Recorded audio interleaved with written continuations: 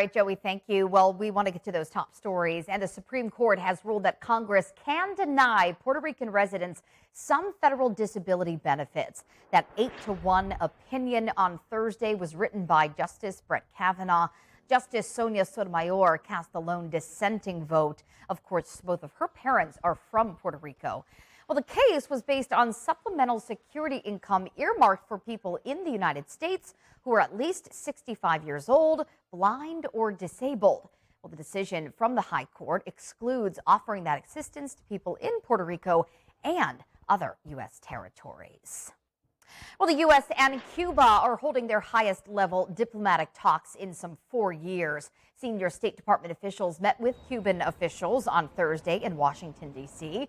for talks focused on migration. The U.S. is eager to rein in a growing number of Cubans trying to enter the U.S. illegally. U.S. border officials say more than 79,000 Cubans were stopped at the border from October through March. That is more than double all of 2021 and 5 times more than in 2020. We've seen a significant increase in irregular migration on the part of Cuban migrants coming to the United States. That includes both via overland routes and maritime routes, ensuring safe, legal, orderly migration between Cuba and the United States is consistent with our interest in fostering family reunification and the promotion of greater respect for freedom and human rights in Cuba. Now, the talks come after a severe disruption in ties between the two countries during the Trump administration. Well, the 2022 Caribbean Hurricane Awareness Tour recently visited Puerto Rico. The Hurricane Hunter aircraft also came along with it. And our Francis Felix talked with one of the crew members about how that aircraft helps to keep communities safe.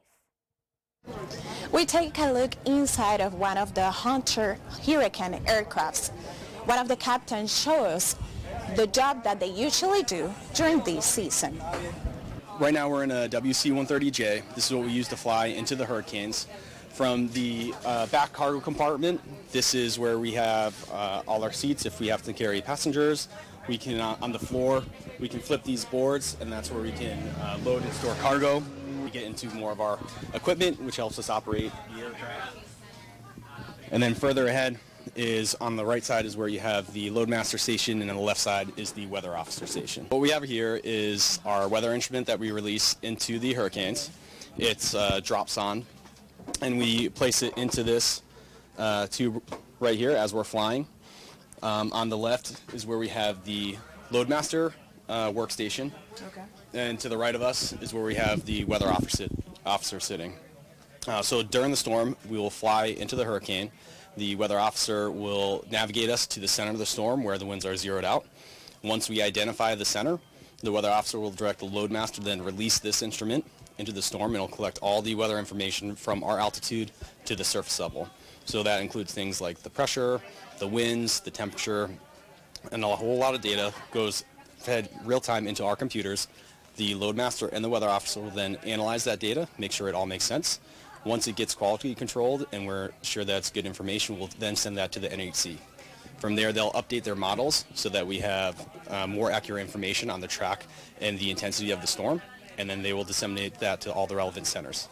How important is this job to give the right information? It's really important, something that we all take a lot of pride in, because we know that we are immediately affecting the preparedness of everyone in the affected areas. And with us being located on the coast, we have families that are also affected by that. So that's something that hits home close to us and is really meaningful, that we can directly help and protect people in real time. Reporting from Isla Grande Airport in Puerto Rico, Francis Felix. Well, earlier this week, the Barbados Parliament gave the green light to further extend a state of emergency as the island deals with the new wave of cases of COVID-19. The health minister who piloted the resolution on the Emergency Management Act said the order would remain in effect until September 22nd. Last week, Barbados confirmed the presence of the new Omicron subvariant. The health minister told his colleagues in the House of Assembly that the continuation of the measure was necessary because of the uncertainty surrounding those emerging variants. Even though we continue to relax measures and we continue to manage this pandemic, I want to give the House the assurance that this resolution that is before us, which will extend the state of emergency until September the 22nd, is something that we have to do. We have to do it because we are uncertain what will happen out there. We don't know tomorrow if there will be a more significant strain out there that could compromise Barbados and its population.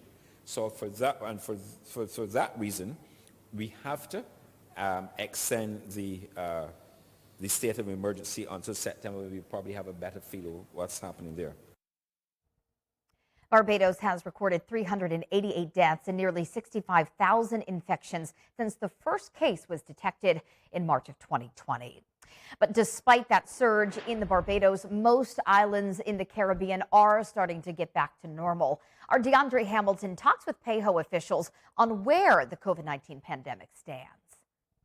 Tourism is back and booming, and COVID-19 is becoming less and less of a killer and threat to the people of the region based on the numbers. And Dr. Carissa Etienne, director of the Pan American Health Organization, informs this trend, though not seen by all countries in the Americas, is cause for celebration.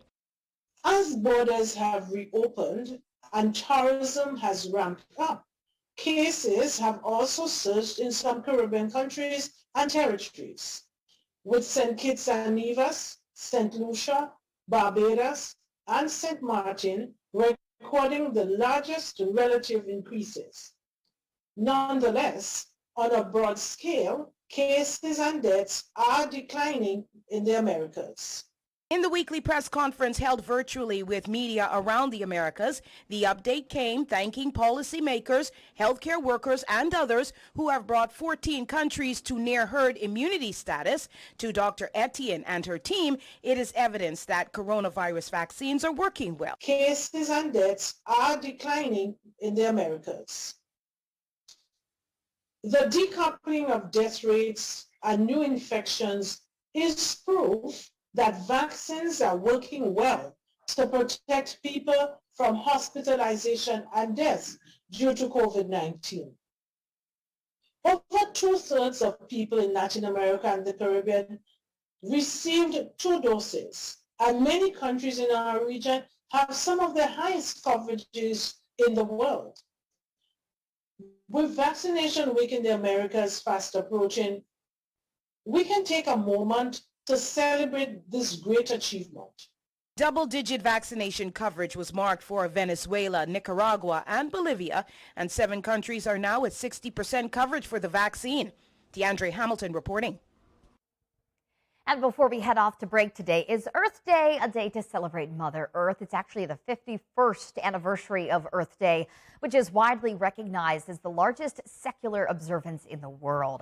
Started back in 1970 because of growing concern over air pollution. Earth Day is an annual event celebrated all around the world, marked by more than 1 billion people every year in more than 190 countries. And yeah, easy to participate. Plant a tree, do some gardening, or just enjoy the fresh air while out on a walk today.